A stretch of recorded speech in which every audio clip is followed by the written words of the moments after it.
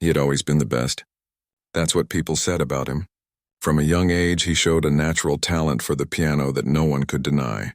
His fingers moved effortlessly across the keys, and the melodies that came from them seemed like they were from another world. His touch was perfect, his technique flawless. It was as if the music had chosen him to bring it to life. The audience would sit in awe, lost in the sound, and when he finished, the room would erupt in applause. He was the best, and he knew it. His love for music started when he was just a child. His parents had put him in piano lessons when he was 5, like many other parents did, hoping to give their child a chance to learn something valuable. But unlike most kids, he took to it instantly. His teacher, an elderly woman who had taught music for decades, was taken aback by his natural talent. He didn't need to be taught the notes, he just knew them. It wasn't long before he was playing difficult pieces that most adults would struggle to master. He would play them perfectly, effortlessly, as if the piano were an extension of himself. As he grew older, his talent only became more apparent. He won competitions, performed at prestigious venues, and soon his name was known far and wide. People spoke of him in hushed tones, calling him a piano prodigy, the one who was unbeatable.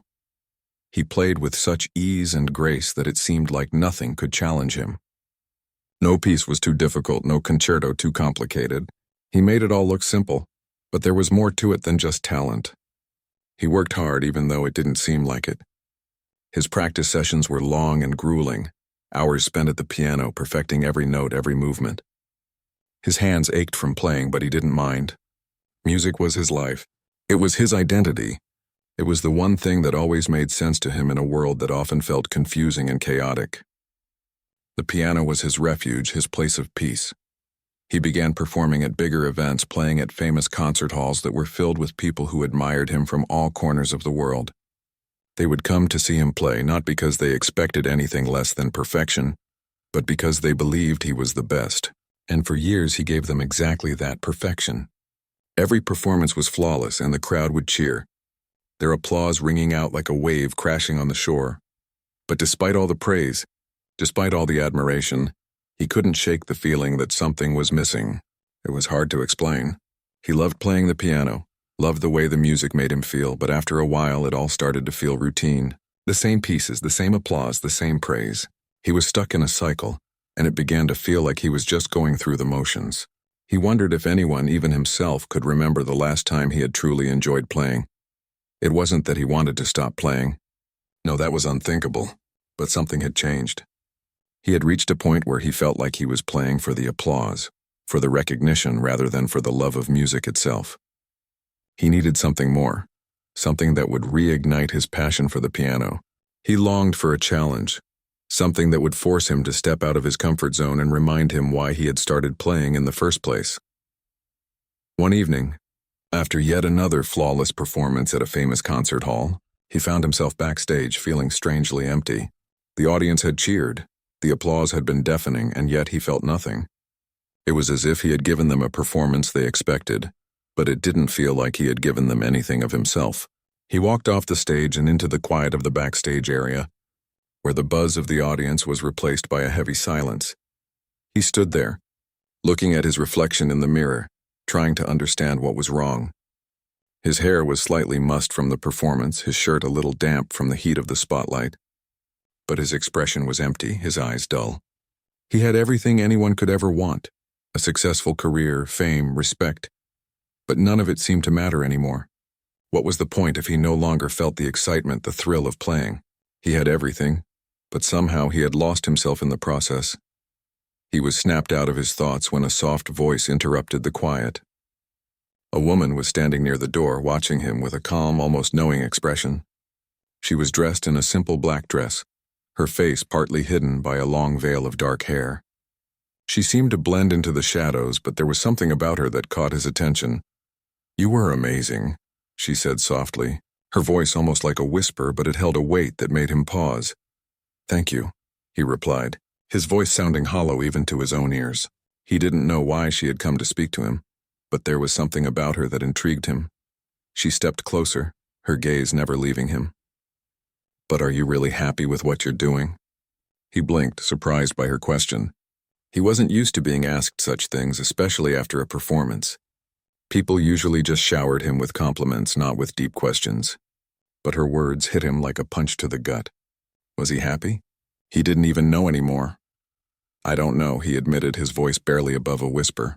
I thought I was, but now, it just feels like I'm going through the motions.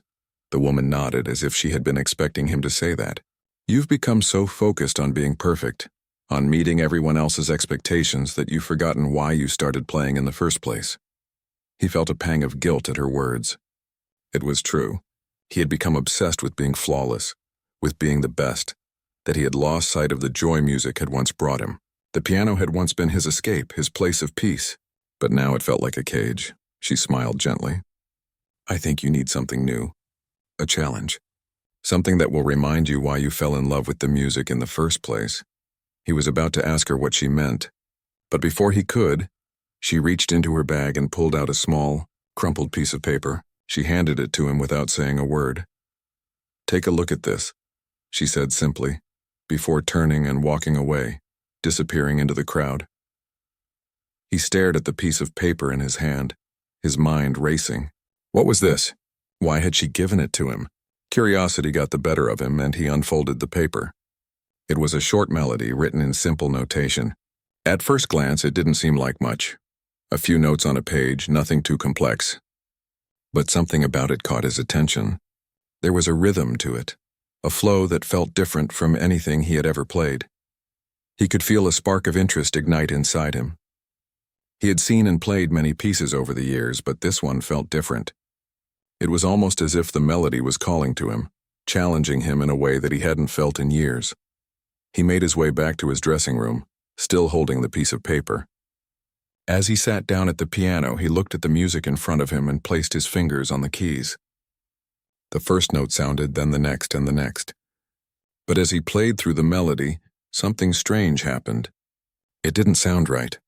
The notes were there, but they didn't flow the way they should. They felt wrong, like something was missing, like the music itself was resisting him. He tried again, but the same thing happened. The melody slipped through his fingers as if it were something he couldn't quite grasp. This simple melody, this thing that seemed so easy on paper, was proving to be a challenge that he couldn't immediately overcome. And that was the first time in years that he felt a sense of doubt creeping in. He had always been able to master any piece, any challenge without fail. But this was different. He frowned, frustration building inside him. What was it about this melody that made it so hard to play? Why couldn't he get it right? For the first time in years, he found himself questioning his ability, questioning his place as the unbeatable pianist. The more he tried, the more it eluded him. And as the night wore on, he realized something. This small, simple melody had shattered his confidence. And in that moment, he didn't feel like the best pianist in the world anymore. He just felt lost. You said the next few days were a blur. Every time he sat at the piano, the same melody from the crumpled paper echoed in his mind. He couldn't get it out no matter how hard he tried. It was always there, just beyond his reach, taunting him. He would sit for hours attempting to master the piece, but it felt like he was chasing something that didn't want to be caught. At first, he convinced himself that he could overcome this. After all, he was a prodigy. He had conquered everything before, difficult concertos, complex compositions, but this one piece, this one simple melody was proving to be his undoing. He found it hard to believe. It didn't make sense, but it was real. No matter how many times he played through it, the notes seemed to mock him. The more he practiced, the more frustrated he became. His fingers, once so nimble and precise, seemed to betray him. The melody wasn't just difficult. It felt foreign, as if it was meant for someone else, not him. His mind couldn't grasp its structure. The notes, which had once flowed so effortlessly, now tangled in his thoughts. The beauty of the music, the feeling that it was supposed to convey, felt distant, unreachable. Each time he tried, the music sounded wrong. His hands would stumble over the keys, and the melody that came out didn't match what he had in his head. There was no clarity, no flow, just noise. The frustration mounted, and with it, his doubt.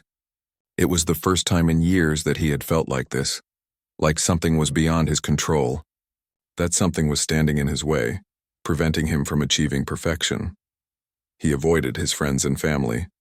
He couldn't bear to be around them when he was so consumed by his failure. They would ask how his performances were going, and all he could say was, "Fine." though he knew deep down that nothing felt fine anymore. He didn't want them to see how much it bothered him. He didn't want them to know that he, the one who had always been flawless, was struggling. He began to withdraw even further. He spent more time in the practice room, less time socializing, and even less time enjoying the things that had once brought him joy. He couldn't focus on anything except that melody. Every waking moment was consumed by it. He would hear the notes in his mind haunting him even when he wasn't at the piano. The longer it took, the more desperate he became. The more he tried to force it, the worse it got. One evening, after another failed attempt at playing the melody, he sat at the piano, his head in his hands. He felt like he had hit a wall. The music he loved so much now felt like a burden. He had always been able to lose himself in the notes, but now, the piano only reminded him of his inadequacy. The silence around him felt heavy, the weight of his failure pressing down on his chest. Suddenly, he heard a knock on the door. He didn't want to answer. He didn't want anyone to see him like this, not when he felt so far from the person he used to be. But the knock came again, this time more persistent. Reluctantly, he stood up and opened the door. It was his friend, the one who had always been there for him, the one who had seen him through his ups and downs. His friend had a concerned look on his face, his brow furrowed in worry. "Hey," his friend said softly, stepping into the room. "I've been trying to reach you. You've been avoiding everyone. What's going on?" He didn't know how to explain. How could he put into words that he, the best pianist in town, was struggling with something as simple as a melody? How could he admit that for the first time in his life he was unsure of himself? "I'm fine," he said, though his voice betrayed him. It was strained, tired. He didn't believe his own words, but he couldn't bring himself to admit the truth. His friend didn't buy it. He stepped closer, his eyes searching his face. "You don't look fine. You look like you're about to break. What happened?" He stared at the floor, unwilling to meet his friend's gaze. "It's this piece. This stupid melody. I can't get it right. I've been trying for days, and every time it just doesn't work." His friend raised an eyebrow. "A melody? That's it?" "It's not just any melody," he said, his frustration building. "It's something I can't explain. It's like the music is alive and it's not letting me in. I've been playing the piano for years and I've never felt like this. I don't know what to do." There was a long pause. His friend seemed to process the words, then slowly nodded. "I get it," he said, his voice gentle. "But you've never been one to give up. You've always pushed through no matter what. What's different now?" He wanted to say something, to argue, but the words caught in his throat. The truth was, he didn't know what was different. It wasn't just about this melody, it was about everything. It was about the pressure, the expectations, the constant need to be perfect. It was about the fact that he had built his whole life around being unbeatable. And now, for the first time, he was facing something he couldn't control. "I don't know if I can do it anymore," he confessed, the weight of his words sinking in. "I don't know if I can keep pretending to be the person everyone thinks I am." His friend stood there for a moment, silent before finally speaking. "I think you need to take a step back. Maybe it's not about getting it perfect. Maybe you need to find out why you started playing in the first place. What made you love the piano?" That hit him harder than he expected. He had been so focused on being the best, on living up to everyone's expectations, that he had forgotten why he picked up the piano in the first place. Music had always been his escape, his place of peace. It had always been about the feeling it gave him, not about being flawless. But somewhere along the way, he had lost that. He thought about it for a long time, long after his friend left the room. What had happened to the joy he used to feel when playing? What had happened to the passion? The music he played had once been an expression of himself, an extension of his soul. Now, it felt like a performance, like something he did to prove his worth to others. He walked back to the piano, the crumpled piece of paper still lying on the bench. He picked it up again, staring at the simple melody. It had been a challenge, something he hadn't been able to conquer. But maybe that was the point. Maybe the music wasn't meant to be conquered. Maybe it was meant to teach him something else. With a deep breath, he sat down at the piano again. This time, he didn't focus on getting it perfect. He didn't care about the audience or the applause. He just wanted to play. He placed his fingers on the keys and started slowly, gently playing the notes. They weren't perfect. They didn't flow the way he wanted them to. But something was different. For the first time in days, he didn't feel frustrated. He felt free. The melody still wasn't easy to play. It still didn't sound right in places, but it didn't matter. He didn't need it to be flawless. What mattered was that he was playing again, and for the first time in a long time he felt the music inside him. As he played, he realized something. This melody wasn't about perfection. It was about the journey. It was about the struggle. It was about facing something that challenged him, something that made him doubt himself. And in that challenge, he found something more important than perfection. He found himself. For the first time in what felt like forever, he smiled. He didn't have all the answers. He didn't have the perfect melody, but he had rediscovered the joy of playing. And that, he realized, was all that mattered. The music didn't need to be perfect. It just needed to be real. And in that moment, that was enough. It had been a few weeks since he had made the decision to stop trying to play perfectly, to stop chasing something that wasn't there. It wasn't easy, but something had shifted in him. For the first time in a long time, he was able to sit at the piano without the heavy weight of expectations hanging over him. He had started to enjoy playing again, even if it wasn't the flawless performance he had always given. Music, he realized, didn't have to be perfect to be beautiful. Despite the relief he felt in giving up the pursuit of perfection, there were still moments of doubt. The melody still lingered in the back of his mind, a reminder that there was still something more to learn, still something he couldn't quite grasp. It wasn't the kind of challenge that could be solved by simply playing through it again and again. It was something deeper, something he hadn't fully understood. One evening, after another quiet practice session, he sat at the piano, staring at the keys. His fingers rested lightly on the surface, but his mind wasn't on the music. Instead, he found himself reflecting on everything that had happened in the past few months. He had always thought that playing the piano was about reaching the highest level, about achieving something that no one else could. But now, after all his struggles, he wasn't so sure anymore. He thought about the woman who had given him the melody. She had seen something in him that he hadn't recognized in himself, something more than just his technical ability. It wasn't about being the best, she had said. It was about understanding the music, about feeling it, about letting it shape you instead of trying to control it. It was a lesson that had stayed with him, one that he hadn't fully understood at the time but now saw more clearly with each passing day. But as much as he had let go of the need for perfection, there were still moments of frustration. He had spent years building his reputation, earning the title of the best pianist in town. He had become known for his flawless performances, for his ability to play anything effortlessly.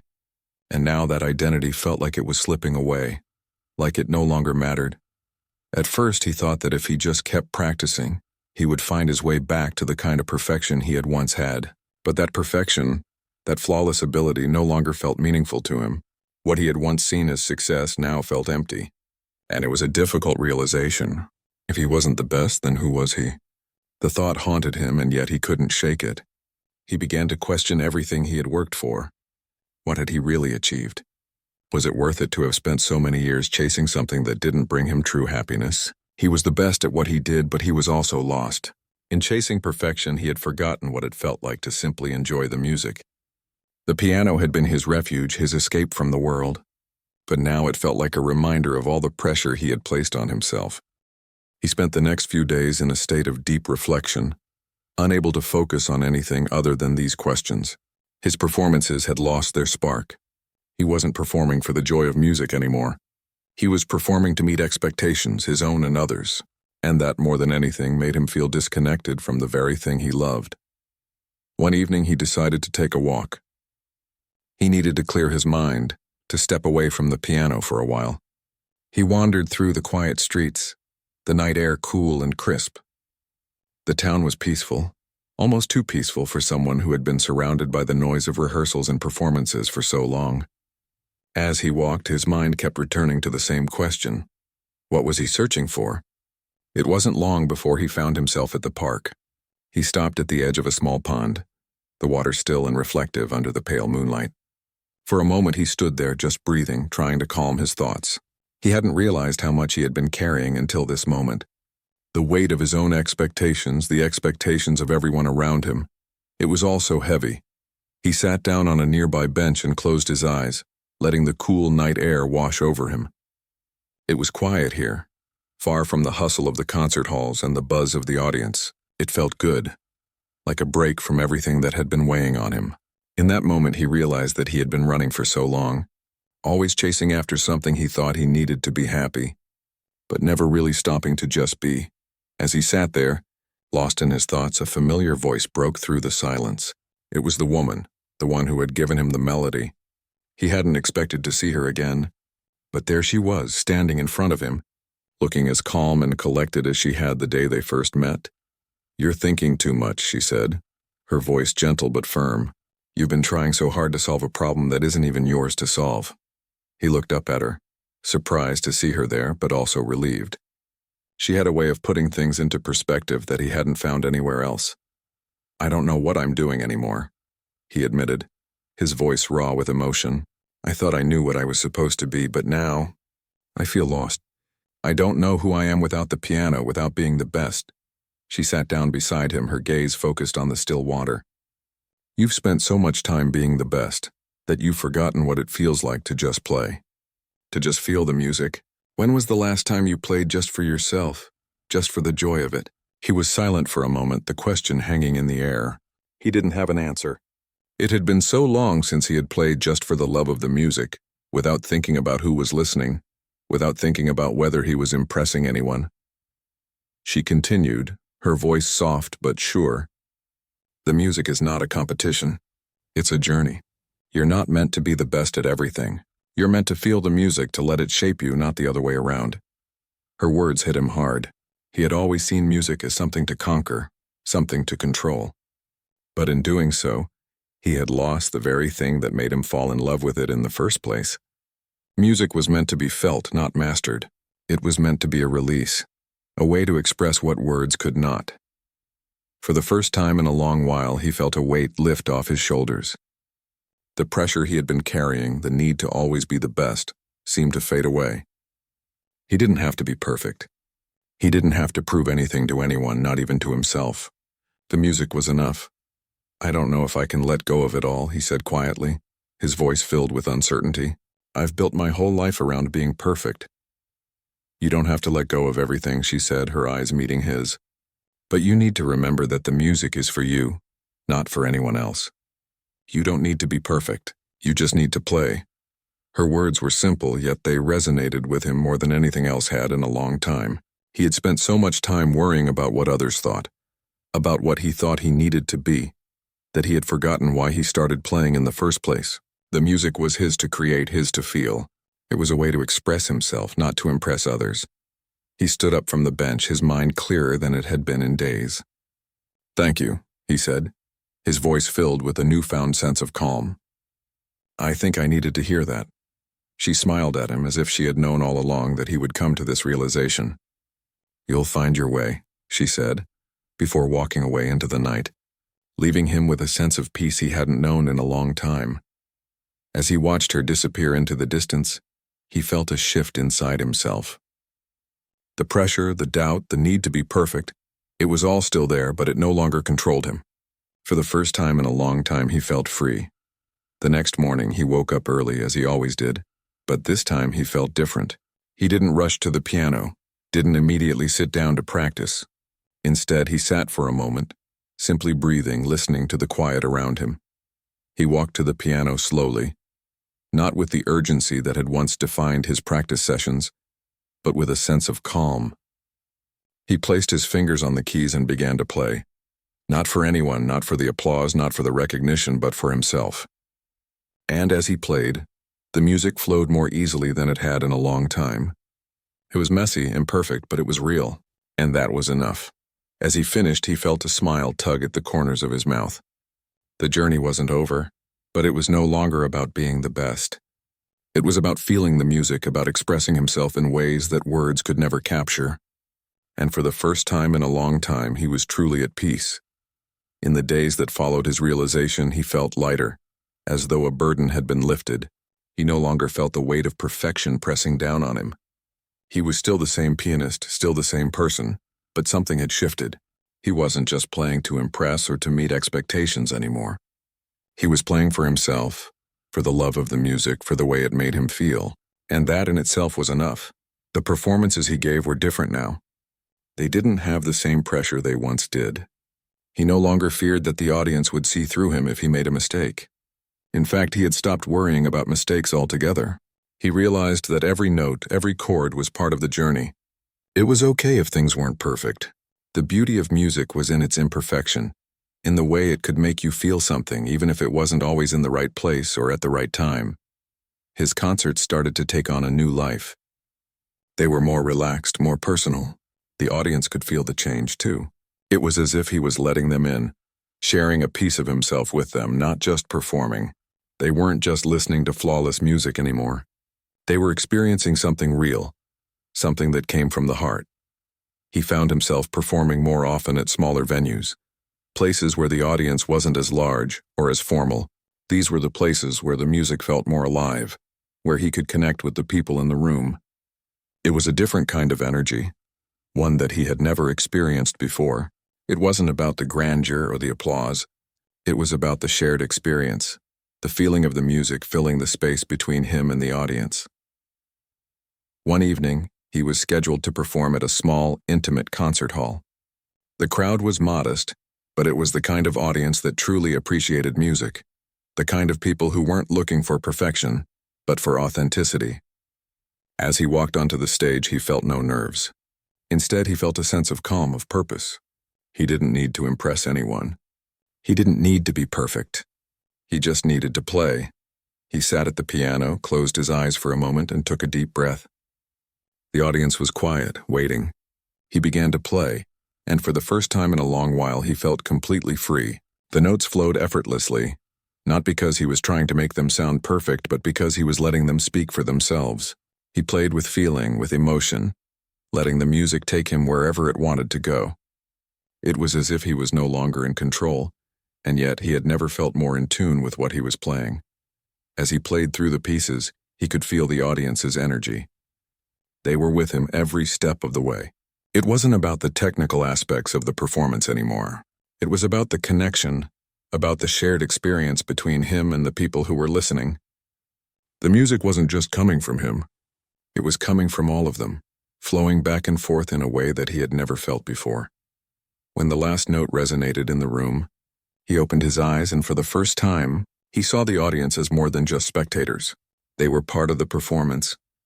The silence that followed was not uncomfortable, but filled with a sense of appreciation, of understanding. And then, the applause came. Not the kind of applause he had been used to, not the loud, formal clapping that signaled a flawless performance, but the kind of applause that came from a place of genuine connection. It wasn't about his skill. It was about the music. As he left the stage, he felt something stir inside him. This was what it was all about. The perfection, the recognition, they had never been the point. The point had always been the music, the feeling it gave him, and the way it could connect people. It wasn't about being the best. It was about being real, and for the first time he felt like he was living that truth. The next morning he woke up with a sense of peace that he hadn't felt in a long time. He didn't feel the need to rush to the piano or to prepare for another performance. Instead, he took his time, enjoying the quiet of the morning. He had learned to let go of the pressure he had placed on himself.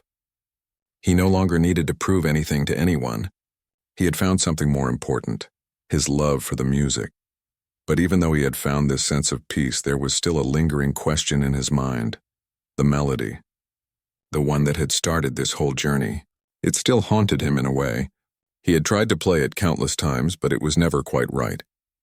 It had been the one thing that had shattered his confidence, the thing that had made him question everything he had known about himself.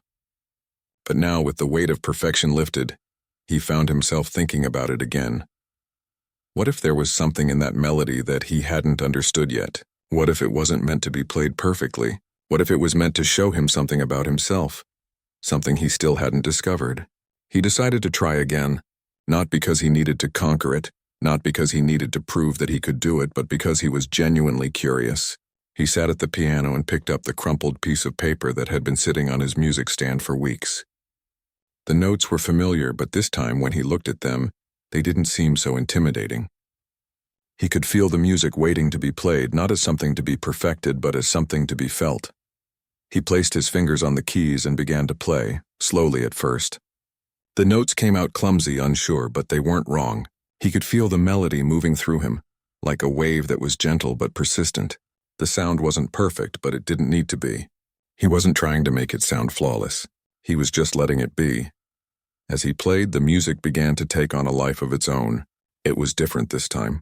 He could feel the emotions behind it, the way it ebbed and flowed, the way it seemed to speak to him in ways words never could. The melody wasn't something to be mastered. It was something to be experienced, something to be understood on a deeper level. He kept playing, and the more he played, the more he realized that the melody wasn't just about the notes on the page.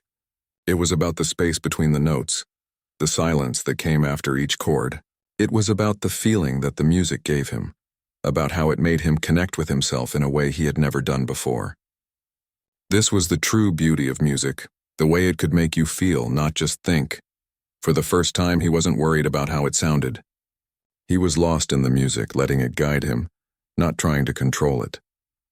And in that moment, he realized something important. It wasn't the melody itself that had shattered his confidence. It was his need to control it, his obsession with making it perfect. When he let go of that, when he allowed himself to just feel the music, it became something beautiful. The more he played, the more he understood. The melody wasn't a challenge to be conquered. It was a lesson in letting go, in embracing the imperfections and finding the beauty in the spaces between the notes. It was a reminder that music wasn't about being the best. It was about being real. When he finished, he sat back for a moment, the music still hanging in the air around him. There was no applause, no audience to cheer him on. But he didn't need any of that. He felt at peace. The melody had finally revealed its true meaning to him. It wasn't about being perfect. It was about being present, about letting the music take you where it wanted to go. And for the first time in a long time, he was exactly where he needed to be. The music wasn't just something he played. It was something he lived. And that, he realized, was all that mattered. The days after his breakthrough with the melody were quiet but profound. For the first time in a long while, he wasn't chasing anything. He wasn't looking for validation or approval. He wasn't worried about perfection. Instead, he was just playing for the love of it, playing because it made him feel alive. And in that simplicity, he found peace. The music had changed for him. No longer was it a task or a performance.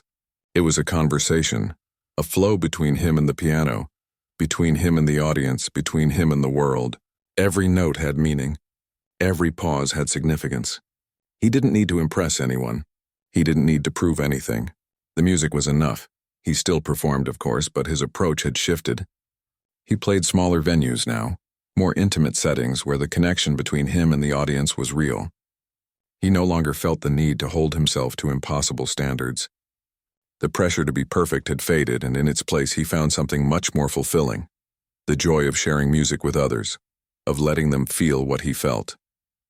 He had become a different kind of artist, one who didn't chase accolades or recognition, but one who simply played because it was in him to do so. The audience could feel the difference. They didn't come to see a flawless performance.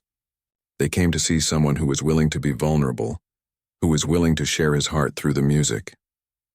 And they appreciated it.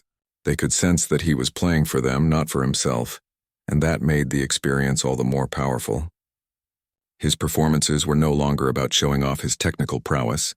They were about the emotion in each note, the raw feeling that poured out of him with every chord. His reputation, once built on flawless performances, had changed.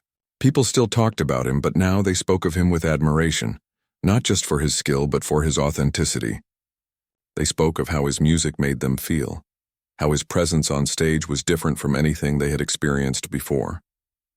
He had become an artist in the truest sense of the word, not because he was perfect, but because he was real. One evening, after a performance at a small jazz club, a woman approached him. She was older than he was, with kind eyes and a warm smile. She introduced herself as a music teacher, someone who had spent her life teaching young musicians about the beauty of music. "I have to say," she began, "you've changed the way I think about performance."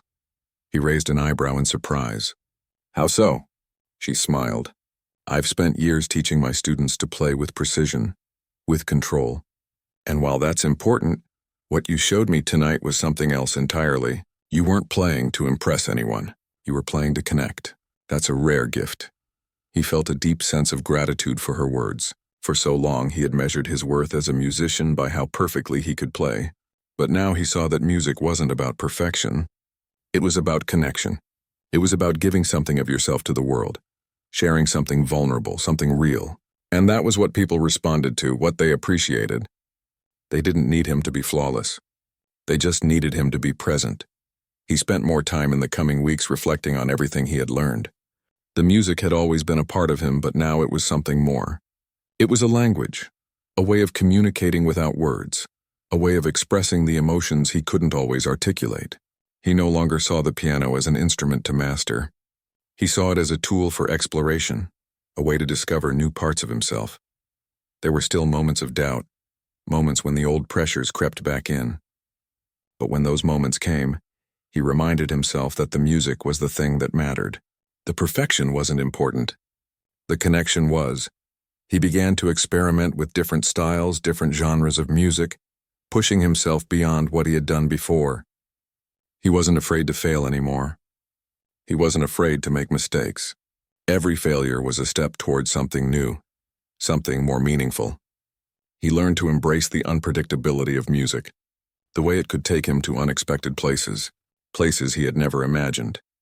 And as he continued to grow as a musician, he found that his passion for the piano was stronger than ever. It wasn't about being the best anymore. It wasn't about impressing anyone. It was about the joy of playing, the joy of sharing something beautiful with others. It was about the connection that came from truly expressing yourself through music. One day he received an invitation to perform at a prestigious concert hall in the city. It was an honor, a recognition of his talent, but it wasn't something he had been actively pursuing. He had been focused on smaller venues, on connecting with audiences in more intimate settings. But the invitation intrigued him. He hadn't played in such a large space in a long time, and he wondered if he could bring the same sense of connection to an audience that size. He decided to accept the invitation, but he made a promise to himself. He wouldn't play for the applause. He wouldn't play for the accolades. He would play for the same reason he always had, because it was in him to do so. The size of the venue didn't matter. The number of people in the audience didn't matter. What mattered was that he was sharing his love for music, his passion for expression. On the night of the performance, he walked onto the stage with a sense of calm, not the nervousness he used to feel before big concerts. The crowd was large, but it didn't intimidate him. He knew now that he didn't need to be perfect. He didn't need to be flawless. He just needed to be himself. He sat at the piano and began to play, the notes flowing from his fingertips as they had so many times before. He didn't worry about the audience, didn't worry about how his playing was being received. He played because it was what he loved, because it was what he needed to do. As the music filled the hall, he could feel the audience with him, their presence and unspoken connection between them. It wasn't about impressing them. It was about sharing something real. The performance was different from any he had given before. The music wasn't perfect, but it didn't need to be. There were moments where his fingers faltered, where the notes didn't come out as smoothly as he had hoped, but he didn't stop. He kept going, letting the music flow, letting it guide him. And in that moment, he realized something important. The flaws, the mistakes, the imperfections, they were part of the experience. They were part of what made the music beautiful. When the final note sounded, the audience sat in silence for a moment, as if taking in everything they had just heard. And then, the applause came. Not the usual loud clapping of a flawless performance, but a softer, more heartfelt applause, one that came from a place of genuine appreciation. He smiled to himself, knowing that this was what he had been searching for all along. As he left the stage, he felt a deep sense of fulfillment. It wasn't the accolades or the applause that mattered. What mattered was that he had played from the heart, that he had shared something real with the audience. The connection was what made the music meaningful, and that was enough. In the years that followed, he continued to perform, but he no longer defined himself by the size of the venues or the number of people in the audience. He performed for the love of the music, for the joy of sharing it with others. He had found peace in the simplicity of playing, in the authenticity of his art. He had learned that perfection wasn't the goal. The goal was to be real, to be true to oneself, and to let the music speak for itself. And so, he continued to play, not because he needed to be the best, but because he loved the music. And in the music, he found everything he had been searching for: connection, joy, peace, and a deep sense of fulfillment. He was no longer chasing perfection. He had found something far more valuable: the ability to just be.